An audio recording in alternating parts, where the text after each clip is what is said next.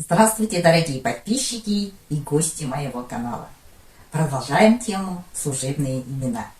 Сегодня у нас очередное слово «эшинде», которое заменяет предлог «в», а иногда переводится «внутри». Например, «Үйдің ішінде қонақтар бар». В доме есть гости. Если дословно переводить, внутри дома есть гости. Орманның ішінде аңдар көп. В лесу много зверей. Бывают моменты, когда нам дарят какие-то подарки в коробочках, и мы интересуемся, что там внутри. А на казахском это будет «Ішінде не бар? Білмеймін. Қазір көрейік».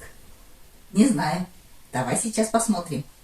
И еще в казахском языке, когда мы приглашаем гостей на свадьбу или на какое-то мероприятие, мы употребляем фразу «ішінде болыңыз».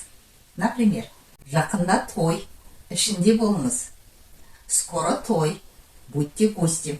Значит, мы приглашаем собеседника в качестве гостя.